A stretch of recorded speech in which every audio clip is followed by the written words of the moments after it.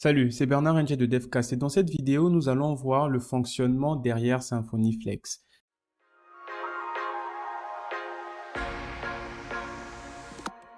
Juste avant de commencer la vidéo, n'oublie pas de liker et de t'abonner si ce n'est pas déjà fait pour soutenir notre travail.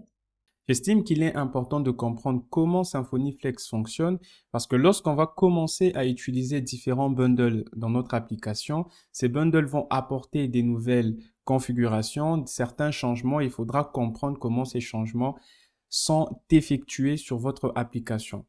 L'une des premières utilisations de Symfony Flex, c'est lors de la construction du skeleton.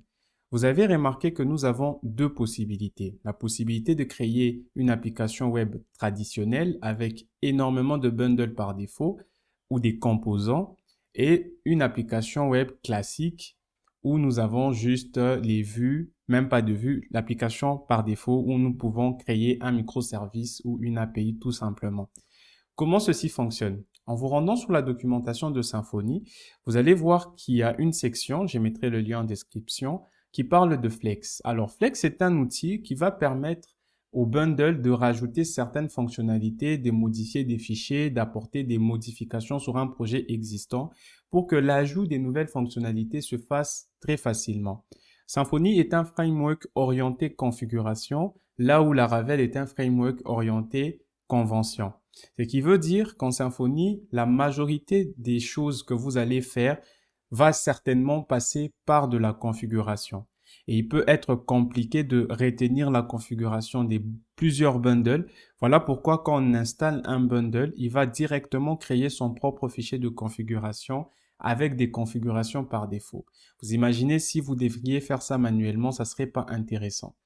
Donc, Symfony Flex est cet outil-là qui, à travers des recettes Flex, va venir rajouter des fonctionnalités dans notre projet. Si on se rend sur le code source de Skeleton, du projet Skeleton de Symfony, vous allez très vite vous rendre compte que c'est un repository qui est presque vide.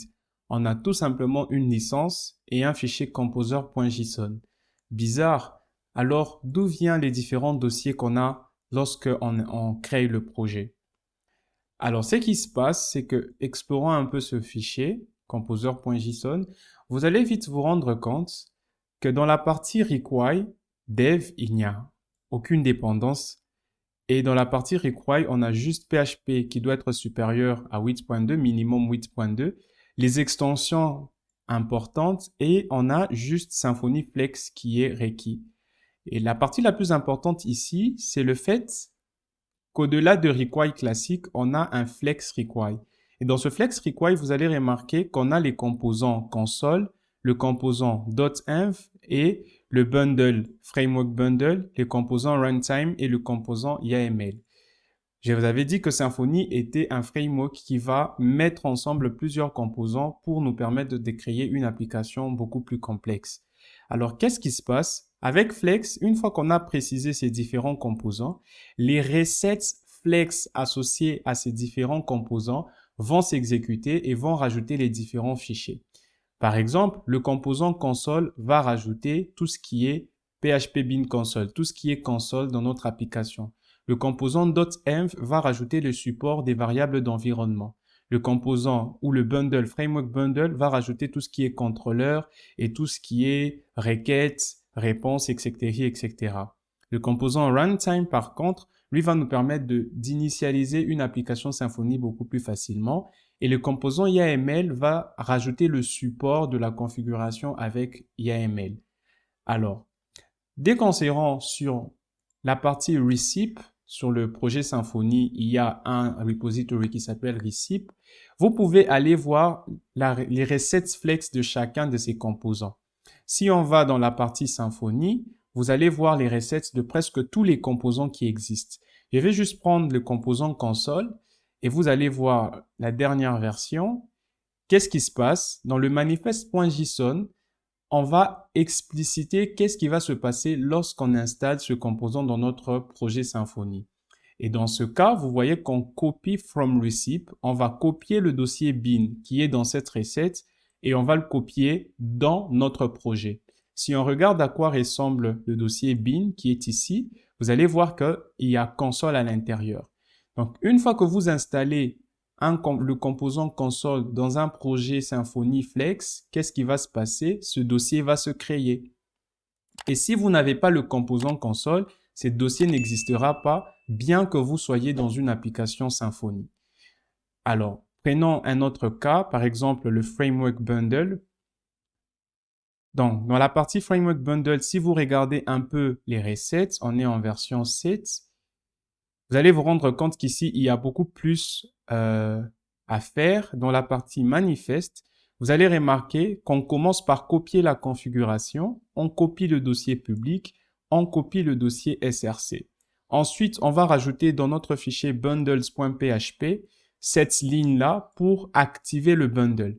Donc, vous n'aurez même pas à faire ça manuellement, ça va se faire automatiquement. Ensuite, on va préciser les différentes variables d'environnement et on va aussi générer une clé secrète. Il y a le fichier gitignore qui sera généré et toutes ces entrées seront rajoutées dans le fichier gitignore. Donc, avec Symfony Flex, toute cette recette va se faire automatiquement et vous allez avoir tout ceci dans votre projet.